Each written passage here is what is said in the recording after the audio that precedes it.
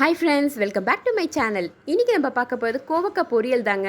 உங்கள் வீட்டில் கோவக்காய் யாருமே சாப்பிட மாட்டேங்கிறாங்களா? அப்போ இந்த மாதிரி ட்ரை பண்ணி பாருங்களேன். கண்டிப்பாக எல்லோரும் சாப்பிடுவாங்க. அவ்வளோ சூப்பர் டேஸ்ட்டாக இருக்குங்க. டேஸ்ட்டுக்கு நான் கேரண்டிங்க. அதுக்கு நான் கொஞ்சம் கோவக்காயை இந்த மாதிரி மெல்லீஸாக கட் பண்ணி எடுத்துக்கிட்டேங்க. பாருங்கள், ரொம்ப மெல்லீஸாக இருக்கணுங்க. அப்போ தான் நம்ம ஃப்ரை பண்ணும் போது நல்லா இருக்குங்க. அதுக்கப்புறமா ஒரு ஆனியன் நான் இதுக்கு எடுத்துக்கிட்டேங்க. ஆனியனும் வந்துட்டு நல்ல நீல வாக்கில் மெல்லீஸாக கட் பண்ணணுங்க. அதுக்கப்புறமா கொஞ்சம் கறிவேப்பிலை, ஒரு பச்சை மிளகாய் கட் பண்ணி எடுத்துக்கிட்டேங்க.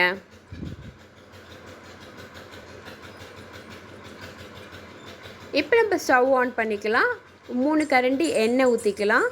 எண்ணெய் சூடானதுமே 1 ஸ்பூன் கடுகு போட்டுருங்க, 1 ஸ்பூன் உளுத்தம் பருப்பு போட்டுருங்க, கொஞ்சமாக சீரகம் போடுங்க, கொஞ்சம் பெருங்காயம். நல்லா பொரிஞ்சதுக்கு அப்புறமா நம்ம கட் பண்ணி வச்சு வெங்காயத்தை சேர்த்துருங்க.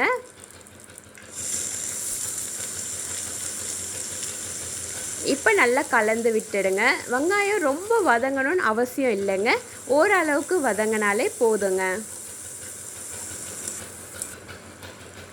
இப்போ பார்த்திங்களா, வெங்காயம் ஓரளவுக்கு வதங்கிடுச்சு. இந்த ஸ்டேஜில் நம்ம கட் பண்ணி வச்ச கோவக்காவை சேர்த்துடலாம்.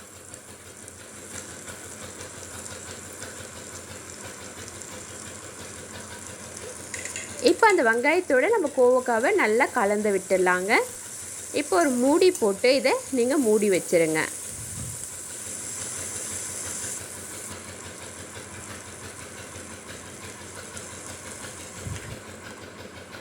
இது எல்லாமே நான் லோ ஃப்ளேமில் தாங்க செஞ்சிட்ருக்கேன். கொஞ்சம் ஒரு 5 மினிட்ஸ் கழித்து ஓப்பன் பண்ணி திரும்ப கலந்து விடுங்க. நான் தண்ணி எதுவுமே சேர்க்கலைங்க, அதிலே கொஞ்சம் தண்ணி விடும். அதிலே நீங்கள் கலந்து விட்டுடலாம். இந்த மாதிரி மூடி போட்டு நீங்கள் எடுங்க.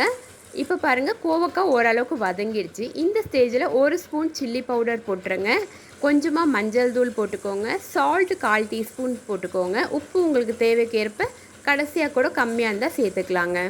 இப்போ திரும்பவும் நல்லா கலந்து மூடி வச்சுருங்க. ஒரு 5 மினிட்ஸ் கழித்து ஓப்பன் பண்ணி திரும்ப நல்லா கலந்து விட்டுடுங்க.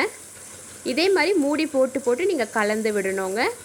இப்போ இந்த மாதிரி பண்ணும்போது நம்மளுக்கு கோவக்காய் நல்லாவே வதங்கிடும். பார்த்திங்களா, நம்மளுக்கு கோவக்காய் நல்லாவே வதங்கிடுச்சுங்க.